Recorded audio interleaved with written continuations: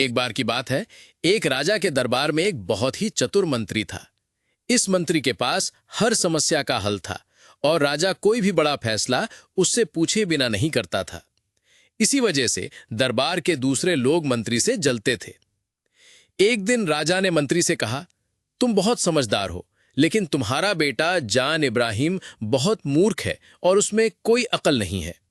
मंत्री को यह बात अच्छी नहीं लगी और उसने पूछा, महाराज, आप ऐसा क्यों कह रहे हैं? आपको क्यों लगता है कि मेरा बेटा मूर्ख है? राजा ने कहा, हर सुबह जब मैं लोगों से मिलने बाजार जाता हूं, तुम्हारा बेटा जान इब्राहिम वहां होता है। मैं उससे रोज पूछता हूं कि बताओ कौन सा ज्यादा कीमती है, सोना या चांदी? और हर बार तुम्हारा बेटा कहता है कि चांदी ज्यादा कीमती है। ये सुनकर पूरे दरबार में लोग हंसने लगे और मंत्री को बुरा लगा। बिना कुछ कहे वो सीधे घर आया और अपने बेटे से पूछा, बेटा, कौन सी धातु ज्यादा कीमती है, सोना या चांदी? बेटे ने तुरंत जवाब दिया, अब्बा, सोना। मंत्री ने फिर पूछा, अगर तुम्हें मालूम है कि सोना कीमती है तो तुम रोज राजा को गलत जवाब क्यों देते हो और कहते हो कि चांदी कीमती है?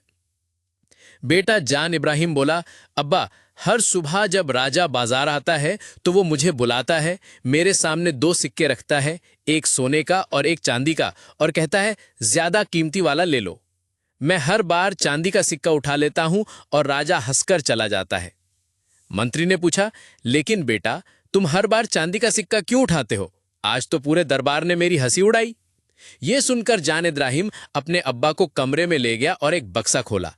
उस बक्से में ढेर सारे चांदी के सिक्के रखे थे। इतने सारे चांदी के सिक्के देखकर मंत्री हैरान हुआ और पूछा, ये तुम्हें कहां से मिले? जान इब्राहिम ने जवाब दिया, अब्बा, ये सारे सिक्के राजा नहीं दिए हैं। जिस दिन मैं सोने का सिक्का उठा लूंगा और सही जवाब दे दूंगा, उसी दिन राजा मुझसे ये सवाल पूछना बंद कर देगा और मुझे रोज का चांदी का सिक्का मिलना भी बंद हो जाएगा। राजा को मजा आता है जब मैं चांदी उठाकर कहता हूं कि चांदी सोने से कीमती है। वो हंसकर चला जाता है और मुझे रोज नया सिक्का मिल जाता है। मैं एक सोने के सिक्के के लिए ये रोज की कमाई क्यों छोड़ूं? ये सुनकर मंत्री अपने बेटे जान इब्राहिम पर गर्व करने लगा और समझ गया कि भले ही लोग उसके बेटे को मूर्ख कहते हों, लेकिन असली अकल तो उसी में है जिसे सिर्फ समझदार ही देख सकते हैं। अब जब भी कोई जान इब्राहिम को मूर्ख कहता, मंत्री मुस्कुराकर चुपचाप वहां से निकल जाता। सीख। दोस्तों, आपने देखा होगा कि कुछ लोग थोड़ा सा काम करके भी उसका ढिंढोरा पीटते हैं, जबकि कुछ लोग बड़े काम भी बिना दिखावे के कर जाते हैं। अगर आपको पता है कि आप सही कर रहे हैं, तो ये मायने नहीं रखता कि लोग आपको मूर्ख कहें या पागल। दुनिया अक्सर उसी को पागल कहती है जिसे वो समझ नहीं पाती। इसलिए अगर आपको ये कहानी पसंद आई हो तो इसे और लोगों से जरूर शेयर करें। मैं आपसे अगली कहानी में फिर मिलूंगा।